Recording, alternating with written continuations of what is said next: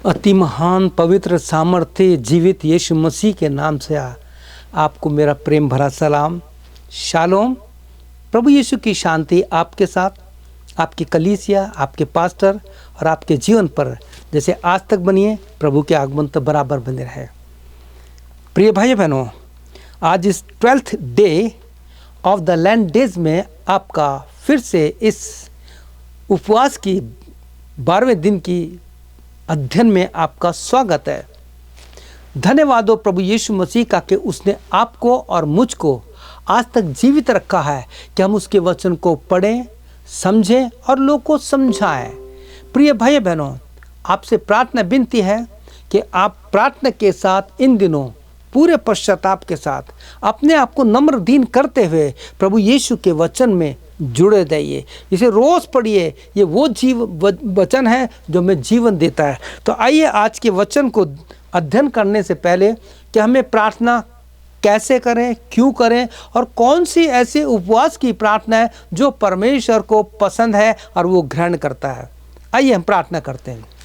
मेरे प्रभु यीशु मसीह, हमारे प्रभु यीशु मसीह, विश्वासियों के प्रभु यीशु मसीह, मैं आपको धन्यवाद देता हूँ कि आपने एक बार आज फिर अवसर दिया है कि हम अध्ययन करने आए और सीखने आए हैं कि हम कैसे उपवास के दिनों में उपवास या फास्टिंग या रोज़ा करें और अपने जीवन को किस प्रकार से पवित्र बनाएं।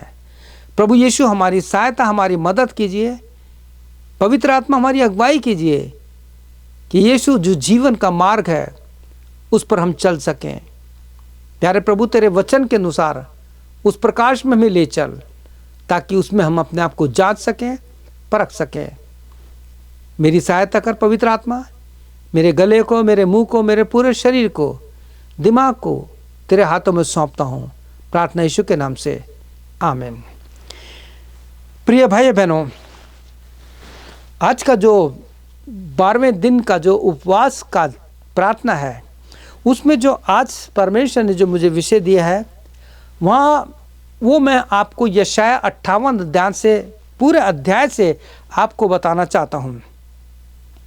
यहाँ पर हम देखते हैं कि इस अध्याय में जो सबसे खूबसूरत बात प्रभु आपसे कहता है जिस उपवास से मैं प्रसन्न होता हूँ वो यह है।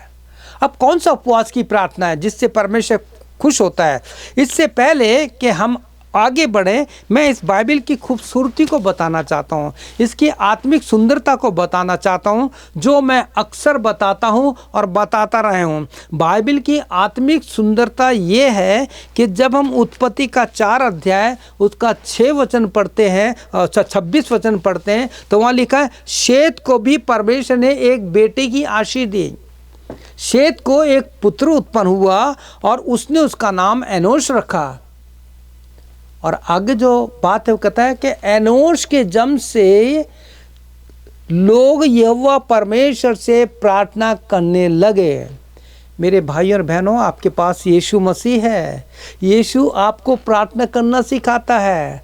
जैसे चेलों ने यीशु के पास आकर कहा कि प्रभु, जैसे यूहन्ना ने अपने चेलों को प्रार्थना सिखाइए, हमें प्रार्थना करना सिखा। Lord teach us to pray, how to pray, we don't know how to pray. प्रार्थना करना सिखाइए और परमेश्वर से कहिए। ये वचन को भी बाइबल में निशान लगा लीजिए, लिख लीजिए। The book of Zechariah chapter 12 and उसका 10 वर्स, वहाँ लिखा है कि परमेश्वर अपना अनुग्रह करने वाली और प्रार्थना सिखाने वाली आत्मा तुम्हें उंडेलेगा।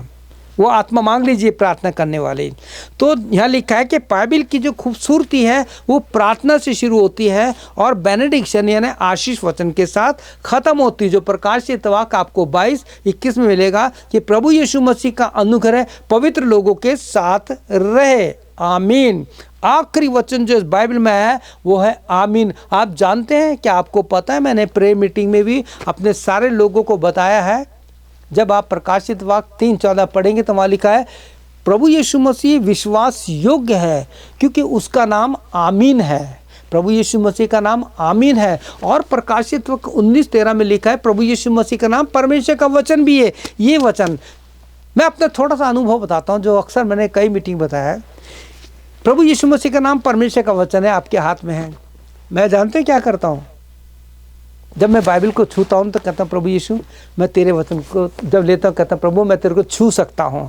और जब मैं परमेश्वर के वचन को पढ़ता हूँ तो देखता हूँ तो कहता हूँ प्रभु यीशु मसीह मैं तुझे देख सकता हूँ, क्योंकि प्रभु यीशु मसीह बहुत खूबसूरत है, इसमें खूबसूरती है। ये हमें अंदर और बाहर से सुंदर बनाती है। बाहरी सुंदरता तो ख़त्म हो जाएगी, चाहे आप कितना लीपा पोती कर लें उससे आपकी सुंदरता बिगड़ेगी। लेकिन जब हम प्रभु यीशु के वचन की सुंदरता में अपने आप को ढालते हैं तो अंदर और बाहर से हम सुंदर हो जाते हैं। और तीसरी चीज़, जब मैं बाइबल को ज़ोर से पढ़ता हूँ तो जैसे रोमियो 10:17 में लिखा है कि विश्वास सुनने से और सुनना मसीह के वचन से होता है। तो आज उसी वचन को लेके आए हैं कि किस प्रकार से परमेश्वर का अनुग्रह पवित्र लोगों के साथ रहे। Amen. May the grace of our Lord Jesus be with God's holy people. Amen. धन्यवाद प्रभु यीशु मसीह का। प्रभु यीशु ने कहा है कि वचन में पढ़ा, जिस उपवास से मैं प्रसन्न होता हूँ वो ये है। हमारे यीशु को किस तरह का उपवास की प्रार्थना चाहिए, वे कौन सा उपवास है जिससे हमारा परमेश्वर प्रसन्न होता है, कौन सा उपवास है या कौन सी प्रार्थना है। प्रिय भाई बहनों, इसको समझने के लिए हमें बाइबल से बहुत सी बातें समझनी पड़ेगी, बाइबल पढ़नी पड़ेगी कि बाइबल क्या क्या कहती है। जब आप मत्ती 6 अध्याय उसका 17 वचन पढ़ेंगे, प्रभु यीशु ने कहा परंतु जब तू उपवास करे, तेल लगा, अच्छे से दिखाई दे, किसी को पता नहीं लगना चाहिए कि तू उपवासी है, और तू कुछ ऐसा कर के तेरा उपवास गुप्त रहे और जिसे तेरा परमेश्वर ही जाने, ताकि लोग नहीं परंतु तेरा पिता जो स्वर्ग में है वे तुझे उपवासी जाने। इस दशा में जो तेरा उपवास है गुप्त रहे, किसी को मत बताओ। प्रिय भाई बहनों, मैं अक्सर कहता हूं कि आप जब उपवास में तो मत बोलिए कि मैंने उपवास किया है, मेरे लिए प्रार्थना कीजिए, मैंने उपवास किया है। मेरे अति प्रिय भाइयों बहनों, यहाँ पे हम देखते हैं किस प्रकार से परमेश्वर के वचन में इन सारी बातों के लिए कहा गया है। यशायाह 58 अध्याय जब पढ़ेंगे, आइज़ा 58 चैप्टर पढ़ेंगे, इस अध्याय को मैं आपके साथ एक्सप्लेन कर रहा हूँ। प्रिय भाई बहनों, मैं सोचता हूँ कि आप अपनी बाइबल खोल के बैठ जाइए तो आपको पता लगेगा। यहाँ पे लिखा है, गला खोल कर पुकार, कुछ न रख छोड़, नरसिंह का शब्द ऊंचा शब्द कर और मेरी प्रजा को उसका अपराध जता दे। हमारी प्रेयर मीटिंग में हमारी एक बहन है, इतनी ज़ोरों से प्रार्थना करती है कि उसके गले में दर्द हो जाता है, आत्मा में आकर के प्रार्थना करती है। मेरी उस बहन को प्रभु बहुत आशीष दे।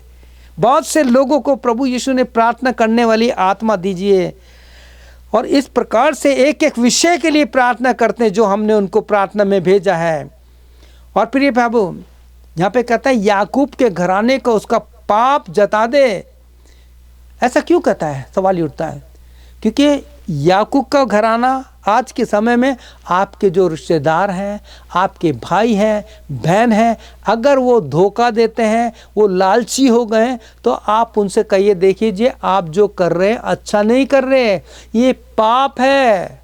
उनको समझाइए, उनको बताइए, ये मत कहिए कि आप ये पाप कर रहे हैं, ये पाप कर रहे हैं। उनसे कहिए, वो सब जानते हैं कि आप जो कर रहे हैं अच्छा नहीं है। इसका प्रभाव आपके बच्चों पर पड़ेगा, आपके कारण आपके बच्चे कष्ट पाएंगे, शरीर में, दिमाग में, आत्मा में, सब पिछड़ जाएगा। उनको समझाइए, कहता है उनको उनका घराने का पाप जता दे। क्योंकि जब आप गलतियों 3:22 पढ़ेंगे तो वहाँ पे इस प्रकार से कहे, पवित्र शास्त्र ने सबको पाप के अधीन कर दिया है। ये पवित्र शास्त्र जो बाइबल है ना, प्रभु यीशु मसीह है, जो वचन ने सबको पाप के अधीन कर दिया है। रोमी 3:23 में और 6:23 में पढ़ लेना। सब ने पाप किया और परमेश्वर की महिमा से रहते हैं। पाप की मजदूरी तो मृत्यु है, लेकिन परमेश्वर का वरदान हमारे प्रभु यीशु मसीह में अनंत जीवन है। तो यहाँ पे पवित्र शास्त्र बाइबल, प्रभु यीशु मसीह जो वचन है वो कहते हैं कि प्रभु यीशु ने, अब मैं इसको ऐसे बोल रहा हूँ, प्रभु यीशु ने सबको पाप के अधीन कर दिया है। इस वचन ने सबको पाप के अधीन कर दिया ताकि वे प्रतिज्ञा जिसका आधार प्रभु यीशु मसीह पर विश्वास करना है, विश्वास करने वालों के लिए पूरी हो जाए। कैसे पूरी हो जाए? कि तूने मेरे वचन के द्वारा नया जन्म पाया, आज तेरा जन्म हुआ है, तू मेरा बेटा और मेरी बेटी है। कितना सुंदर है। प्रिय भाई, भजन 32:1 में लिखा है क्या ही धन्य है वह पुरुष, क्या ही धन्य है वो बहन, क्या ही धन्य है वो जवान जिसका अपराध क्षमा किया गया और जिसका पाप ढांपा गया हो। क्या ही धन्य है वह मनुष्य जिसके अधर्म का लेखा यहोवा नहीं लेता और जिसकी आत्मा में कपट ना हो। इस उपवास की प्रार्थना में अपने जीवन से कपट निकाल दीजिए, अपने जीवन से लालच निकाल दीजिए।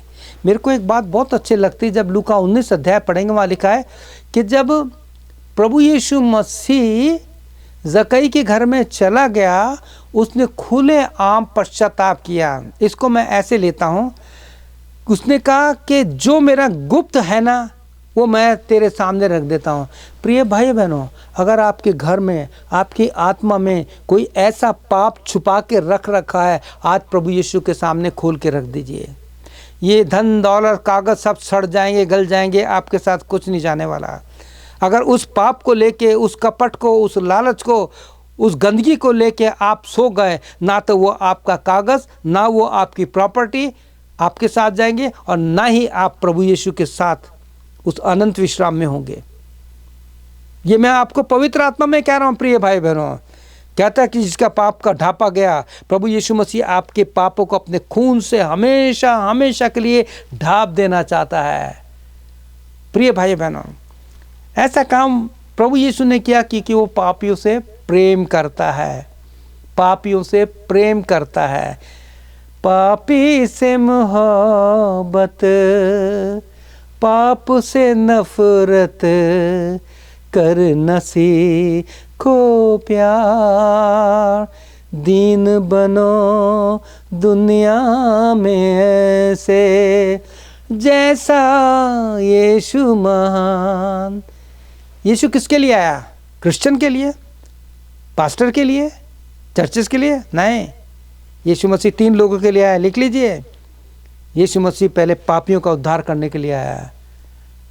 प्रभु यीशु दूसरा बीमारों के लिए आया। यूहन्ना 5 अध्याय पढ़िए, यूहन्ना 4 अध्याय पढ़िए, किस प्रकार से यीशु पापियों के पास गया। और तीसरा, यीशु मसीह जो मार्ग से भटक गए थे उनके पास आया। लूका 19:10 में लिखा है, और यीशु मसीह खोयों को ढूंढने, उनका उद्धार करने आया। कितना सुंदर है। तो यहाँ लिखा है कि परमेश्वर प्रभु यीशु मसीह पापियों का बचाने का है। प्रिय भाई बहन, यहाँ पे एक चीज़ और लिखी है इसके दूसरे वचन में, यशायाह के, वे प्रतिदिन मेरे पास आते और मानो धर्मी हो। यानी हम परमेश्वर के सामने जब चर्च जाते हैं, खासकर जिस दिन प्रभु भोज होता है पहले संडे को, उस दिन देखो आप लोग किस प्रकार से स्वर्गदूत बन के जाते हैं। मेरे को ये बोलने में कोई कठिनाई नहीं है, क्योंकि ये सच है। बाहर से तो हमने बहुत अच्छे आपको तैयार कर लिया सफ़ेद कपड़े पहन के कि प्रभु की देह में शामिल होंगे। आपको पता है, बहुत अच्छी चीज़ आपको बता रहा हूँ मैं। जब आप रोटी लेते हैं ना, यीशु ने क्या कहा? ये मेरा बदन है, इट इज़ टच थेरेपी। जब आप किसी को छूते हैं तो कुछ होता है ना, जब आप रोटी हाथ में लेते हैं तो कुछ होता है क्या? आपको महसूस होता है? यदि नहीं तो कोई मतलब नहीं है। यीशु को रोटी लेते कहिए, प्रभु यीशु मसीह पापी हूँ, मुझको क्षमा करने वाली आत्मा दे। मेरे पड़ोस में, मेरे घर में, मेरी कलीसिया में बहुत से ऐसे लोग हैं जिनके साथ मेरा संबंध ठीक नहीं है। तो ऐसे प्रभु वो से क्या फ़ायदा प्रिय भाई बहनों? वो मेरे पास आते ऐसा दिखाते हैं जैसे बहुत धर्मी हैं। ये ऐसा वचन दूसरे अध्याय में लिखा है, जिन्होंने अपने परमेश्वर के नियम को नहीं टाला। और हम तो प्रार्थना करते हैं, हम मीटिंग लेते हैं, ये क्या हो गया प्रिय भाई बहनों? तीसरे वचन में कहते हैं, वे कहते हैं क्या कारण है कि हमने उपवास किया परंतु उसने उनकी सुधि नहीं ली, हमने दुख उठाया परंतु को ध्यान नहीं दिया। आज भी कहते हैं ना कि हम लोग कितनी प्रार्थना कर रहे हैं लेकिन प्रभु सुन ही नहीं रहा। गलती प्रभु नहीं है, गलती हमारे जीवन में है। हमने लोगों को क्षमा नहीं किया, हमें लोगों को क्षमा करना है।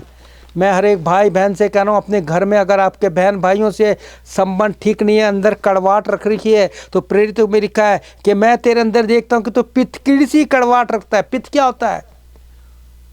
जब किसी जानवर को काटा जाता है मांस के लिए, तो सबसे पहले उसका पित्त निकाल के फेंका जाता है। अगर पित्त फट गया तो सारा मांस खराब हो जाएगा, बहुत कड़वा होता है वो। परमेश्वर के वचन लिखा है, तुझमें पित्त की सी कड़वाहट पाई जाती है, लोगों को क्षमा कीजिए। एक गीत बहुत अच्छा है, पड़ोसी से उल्फत नहीं है तुम्हें जब, उल्फत बोलते हैं प्रेम, पड़ोसी से उल्फत, भाई बहनों से मोहब्बत, उल्फत नहीं है तुम्हें जब खुदा से मोहब्बत निभाओगे कैसे, अगर माफ़ तुम ना करोगे किसी को, गुनाहों की माफ़ी को पाओगे कैसे, पड़ोसी से उल्फत, भाई बहनों से उल्फत नहीं है तुम्हें जब। गा दिया, याद आ गया, गा दिया। यहाँ वही बात लिखी है, हमने उपवास किया, प्रार्थना किए, 40 दिन तक हमने उपवास किया, लेकिन प्रभु ने प्रार्थना नहीं सुनी। सोचिए कहाँ है, अंदर है, कड़वाहट हमारे अंदर है, उसको निकाल दीजिए। प्रभु यीशु आपको अपना बेटा और बेटा बनाना चाहते हैं।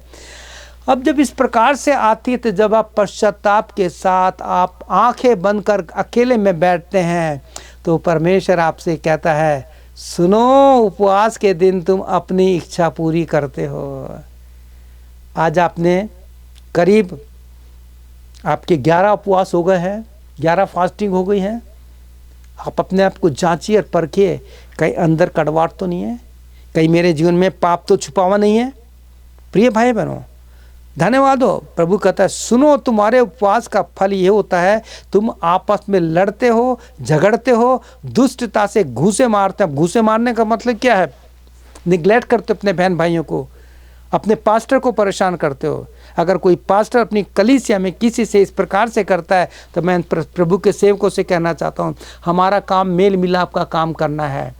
मत्ती 5:10 में लिखा है कि धन्य जो मेल कराने वाले हैं। 9-10 पढ़िए कि वो परमेश्वर के बेटे और बेटी कहलाएंगे। 1 कुरिन्थियों 5 अध्याय उसके 18 में लिखा है कि परमेश्वर ने संसार का हमारे साथ मेल मिलाप कर दिया, मेल मिलाप को वचन सौंप दिया, मेल मिलाप की सेवा सौंप दी। हम सेवकों को बहुत बड़ी सेवा दी है। लड़ते हो, घूंसे मारते हो, जैसा उपवास तुम आज रखते हो, उससे तुम्हारी प्रार्थनाएं ऊपर नहीं सुनाई देंगी। प्रिय भाई बहनों, आज ये वचन कई दिन से मैं इसको पढ़ रहा हूँ, अध्ययन कर रहा हूँ, तो इसका शॉर्ट रूप करके निकाल करके इसको निचोड़ जो है, इसका एसेंस जो है आपको दे रहा हूँ। जैसे 58 पढ़िए, आपको उपवास कैसे करना है, इस उपवास के दिन आपका दिन कैसा होना चाहिए। प्रिय भाई बहनों, तुम्हारी प्रार्थना ऊपर नहीं पहुँचती। सुनो, प्रकाशित वाक्य वचन में क्या लिखा है। यहाँ पे प्रभु यीशु ने अपने वचन में कहा, सुनो, यानी प्रकाशित वाक्य 2 और 3 अध्याय पढ़िए, 7 बार आया, जिसके कान हो वो सुन ले कि आत्मा कलीसिया से क्या कहता है। लूका 8:8 पढ़ेंगे तो वहाँ पे लिखा है, प्रभु यीशु ने जब बीज का उदाहरण दिया, उस पैराबल को बताया, दृष्टांत को दिया, तो जोर से चिल्ला के बोला, जिसके कान हो वो सुन ले। प्रिय भाई बहनों, अपने कानों को खोल दीजिए। परमेश्वर आपसे कुछ कहता है, सुनो, नफरत प्रेम का अंत हो रहा है, प्रेम और नफरत का अंत हो रहा है। प्रभु यीशु इन चीज़ों को ख़त्म करना चाहता है, जैसा भी गाना गाया। प्रिय भाई बहनों, जिस उपवास से मैं प्रसन्न होता हूँ, अर्थात जिसमें मनुष्य स्वयं को दीन करे, ये है नम्रता, दीनता। अगर आपने अब तक अपने आप को नहीं तोड़ा है, आपको विश्वास नहीं होगा कि मैं आप लोग के लिए इस अध्ययन के लिए कितने घंटे घंटे प्रभु यीशु के साथ बैठता हूँ, वचन को पढ़ता हूँ। प्रभु पवित्र आत्मा से कहता हूँ, प्रभु यीशु आज मुझे रिकॉर्डिंग करनी है, प्रभु यीशु मसीह मेरी सहायता कर, मेरे मुंह को अपने बस में ले लें। और जब ऐसा होता है तो उसमें सबसे पहली चीज़ है, प्रभु यीशु मसीह अपने पापों से मानता हूँ, मेरे पापों को क्षमा कर दे। दाऊद तो कहता है, मेरे जवानी के पापों को क्षमा कर दे। मैं भी कहता हूँ कभी कभी, मेरी जवानी से लेकर के अब तक, अब भी मन वचन कर्म से अगर कुछ भी ऐसा काम हुआ है, किसको गलत फहमी हो गई है मेरे एक्शन से, तो प्रभु मुझे क्षमा कर, मुझे क्षमा कर। आगे मर्जी है कोई क्षमा करे या ना करे, क्योंकि क्षमा वही करेगा जिसके पास द स्पिरिट ऑफ फॉरगिवनेस, जिसके पास क्षमा करने वाली आत्मा है। तो यहाँ परमेश्वर के वचन में लिखा है कि लैंड डेज में परमेश्वर ने हमें बताया है कि किस प्रकार से एजरा नबी की पुस्तक में हमने अध्ययन किया था कि हमें किस आशय के लिए, किस चीज़ के लिए उपवास की प्रार्थना करनी है। वो एजरा की 8 अध्याय की पुस्तक पढ़ लेना, अध्याय पढ़ लेना है। तो वो कहता है क्या तुम इस प्रकार से उपवास करते हो क्या? पढ़िए इस चैप्टर को, 58 चैप्टर वाइजा, बहुत आशीष मिलेगी। प्रभु कहता है कि सिर को झाऊ की तरह आना, टाट पहनना, राख में बैठना, अपने आप को भारी रूप से दिखाना। कहता है कि इस उपवास से मैं प्रसन्न नहीं होता। इस उपवास से परमेश्वर कहता है कि मैं प्रसन्न नहीं होता। अब फिर 6ठे वचन में कहता है जिस उपवास से मैं प्रसन्न होता हूं वो क्या है जानते हो? अब सुनो, क्या वह ये नहीं कि अपनी रोटी भूखों को खिला दें? अगर आप फास्टिंग में हैं, मैं जानता हूँ आपके घर के सामने बहुत से बेचारे ऐसे लोग आएंगे जिनके पास रोटी नहीं है, क्योंकि हमारे देश, हमारी दुनिया में ऐसा हो गया बहुत को लोगों को एक दिन का खाना भी नहीं मिलता। तो उपवास के दिन क्यों ना आपको प्रभु यीशु मसीह, आज तू मुझे बता मैं किसको अपने आज का खाना दूँ, अच्छा से बना के, जैसा आप खाते हो ना वैसा बना करके रखिए, और जब कोई भूख आता है उसको दिए। क्या ये नहीं कि अपनी रोटी भूखों को बांट देना, अनाथ और मारे मारे फिरते हो के घर ले आना, किसी को नंगा देखकर उसका वस्त्र पहनाना, और अपने जाति भाइयों से अपने आप को नहीं छुपाना। ये बहुत इंपॉर्टेंट है। आज लोग अपने बहन भाइयों से मुंह फेर लेते हैं, घर के सामने से निकल जाते हैं, पड़ोस में रहते हैं लेकिन कोई नहीं है। ये बहुत बड़ा पाप है। यहाँ पे उपवास के दिन आप जानते हैं याकूब की पुस्तक क्या कहती है? ऐसे लोग जो अपने आप को बहुत धर्मी बनाते हैं, अपने पास्टर से, अपनी कलीसिया से, अपने लोगों से, अपने बहन भाइयों से मुंह फेर लेते हैं, उनसे बात नहीं कर सकते। अगर उनका नाम लेते कि उनका नाम मेरे सामने मत लो,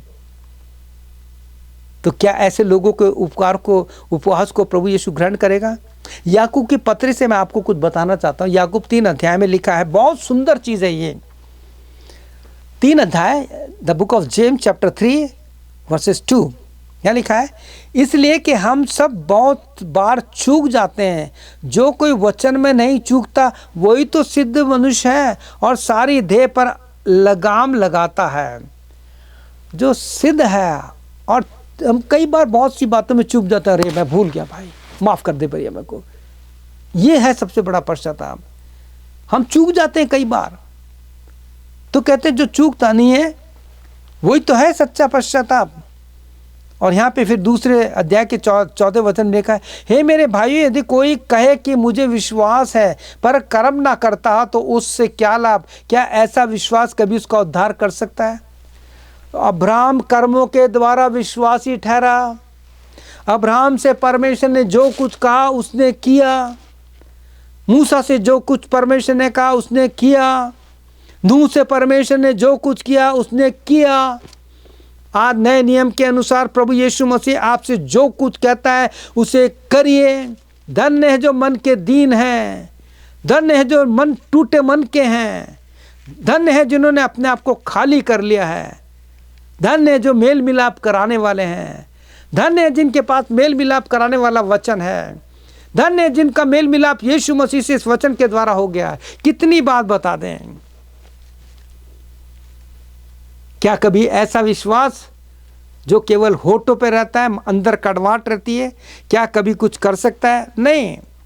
फिर आगे कहता है 15 वचन में, यदि कोई भाई या बहन नंगे उगाड़े हों और अपने प्रतिदिन भोजन की घटी हो, और तुम में से कोई उनसे कहे कुशल से जाओ, गर्म रहो, तृप्त रहो, पर जो वस्तु उनकी देह के लिए, उनके पेट के लिए, उनके रोज़मर्रा के लिए आवश्यकता है वह उन्हें ना दे तो क्या लाभ? मैंने बहुत से सेवकों को देखा है, उनके पास बहुत पैसा है, बहुत कुछ है, जानता हूँ मैं, लेकिन कभी किसी को कुछ उद्धार नहीं करते। कहते हम प्रार्थना करेंगे। अरे प्रार्थना नहीं, वो मर रहा है भूख के मारे, पहले उसको रोटी दो। वो नंगा है, सर्दी से मर रहा है, पहले उसके कपड़े दो। प्रार्थना से कुछ नहीं होगा। अब्राहम से जो कुछ कहा गया परमेश्वर ने उसने किया।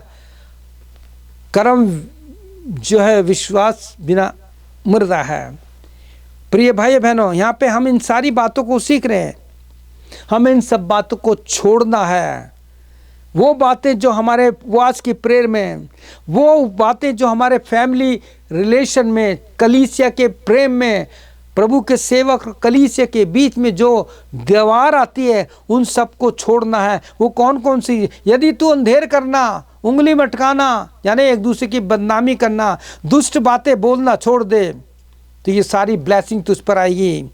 तब तेरा प्रकाश पाँव फटने की नहीं चमकेगा और तू शीघ्र चंगा हो जाएगा। तेरा धर्म तेरे आगे आगे चलेगा, यहोवा का तेज तेरे पीछे रक्षा करता चलेगा। तब तू पुकारेगा और यहोवा उत्तर देगा, तू दुहाई देगा और वह कहेगा मैं यहाँ हूँ।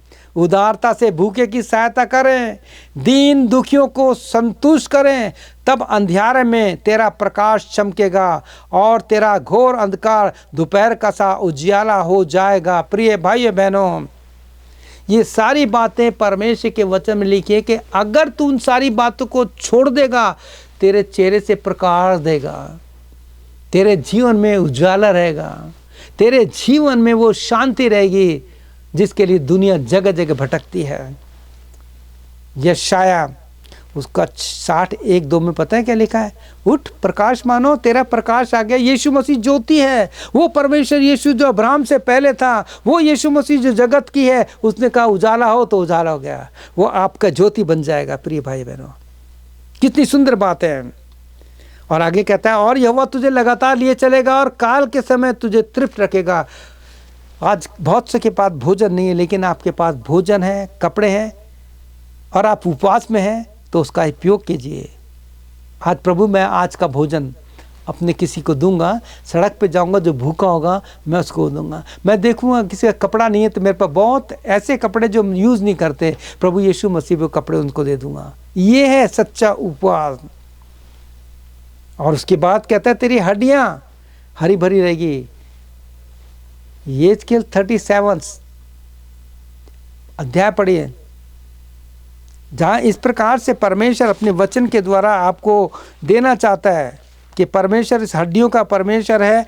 जहाँ आपको परमेश्वर कहता है, आप पढ़ेंगे आप यहेजकेल उसका 37 अध्याय, यहोवा की शक्ति मुझ पर हुई। ये परमेश्वर की शक्ति आप पे आनी चाहती है कि ताकि हड्डियों के रोगियों के पास आके उनसे प्रार्थना करें तो उनको हड्डियों का रोग ठीक हो जाएगा। आपकी हड्डियाँ ठीक हो, तू सिंची हुई बारी और तेरे सोते के समान होगा, जिसका फल कभी ना सूखता। आप हरे भरे रहेंगे।